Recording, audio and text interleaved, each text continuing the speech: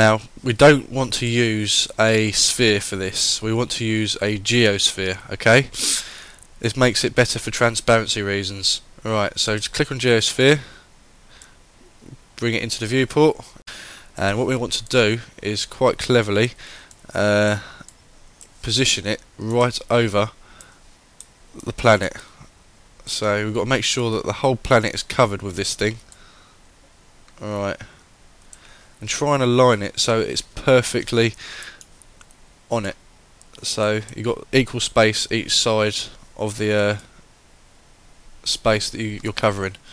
And again, what we want to try and do is bring the scale of this down so that it just sits just above the planet. We want more room above this than the clouds. The clouds need to be closer to the Earth, the atmosphere needs to be further away from the Earth. So don't bring it too close, but that looks fine to me. That looks fine, perfect. Right, what you can do in the meantime is select your surface and your clouds, select and group them, and we're going to call this planet. Right, okay, once that's done, make sure that our geosphere is selected, and we'll change the name of that to atmosphere. Right, okay, so please bear with me because this is quite a bit of work that we need to add to this. Right, select a blank button here, go to our maps and select diffuse colour, and we're going to create a gradient ramp. Okay, right, we've got a gradient ramp there. Right, this is where we start editing a lot of these things here. So as you can see, we've got a black one here and we've got a white end here. So I'm going to click on this one here, right click it, edit properties. Is with the right one clicked, we go up to a darkish blue, I'd say around about there. Make sure that it's up. This button here is right up to the top. Select OK. Right, we're going to move this right over to here. We're going to right click it, edit properties. We're going to bring the lightness up on this a bit. There we go, that looks fine. Okay, click here just next to it and you create another button, and we're going to make this a dark blue as well. So around about there, I'd say. Yeah, that's fine, that's fine. Okay, close. Right, and just about here we're going to make another one. Right, edit properties, and we're going to give it a bit of a darkness to it as well. So that looks fine. Okay, close that. Done. Right, okay. Right, we've got our first part done. We need to go up to the parent level, and then we want to click on self-illumination. We'll click on that, and we're going to add fall off. Okay. Right, now here's what we do here. We select this button here to add a new marker point here. I'll put it about there. Now we click on this to move it, and we're going to put it right about there. Okay, this brings up the brightness quite a bit. Right, move up a bit more and uncheck this button here. Make sure that's unchecked, and you're pretty much done in this area here. So move up to our parent layer, and now what we want to do is click on opacity, and we're going to make another gradient ramp.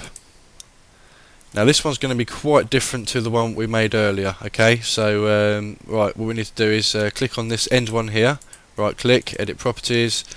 We're going to turn this one black. Right, we're going to move this one over here, right click, edit properties. We're going to make this a little bit more brighter. There we go, that's looking fine. Right, I'm going to add another one here. There we go. Edit properties, and we're going to darken this right up. There we go. So we increase the darkness on this end corner here. Right,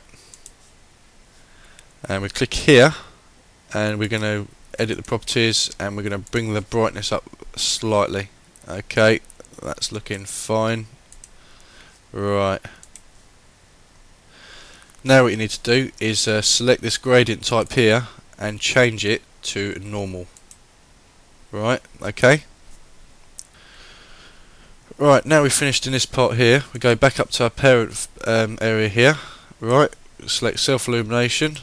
Okay, and click on the specular here, and we're going to change it to a lightish blue, about there I would say, and I think that should really be just about it. So we make sure that our selection here for the atmosphere is selected. No, it's not, so make sure it is, and we want to now assign it.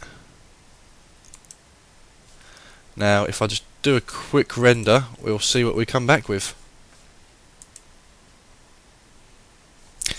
Now, as you can see, it's slightly distorted in that. I think it does need a few more segments added to it. Right, that's looking good. And set our opacity to 0. Right, now what we need to do is bring down the scale on the atmosphere a bit. Okay, if I just do a zoom right in on this, let's just scale it up slightly, and we're just going to do a rotate around a bit here, and I'm just going to do a render to see what that looks like now.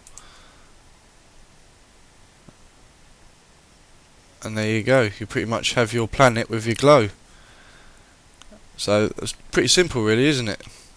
Now for a final touch, obviously we've forgotten something, so what we need to do now is add our moon. So back to our standard parameters and select sphere. Okay, we're going to create a moon. Right, let's just position it so that it's in the right place. Okay. Right. Bring this in front of the planet. Alright, it shouldn't really be too big, because as you know, the moon is quite a small planet. Go to our material editor.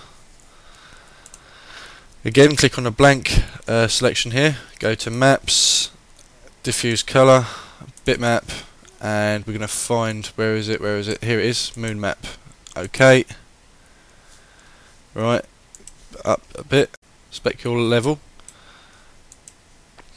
And also we're going to add the bump as well, and I'm going to move that up a bit because the planet is very rocky and bumpy, as you know.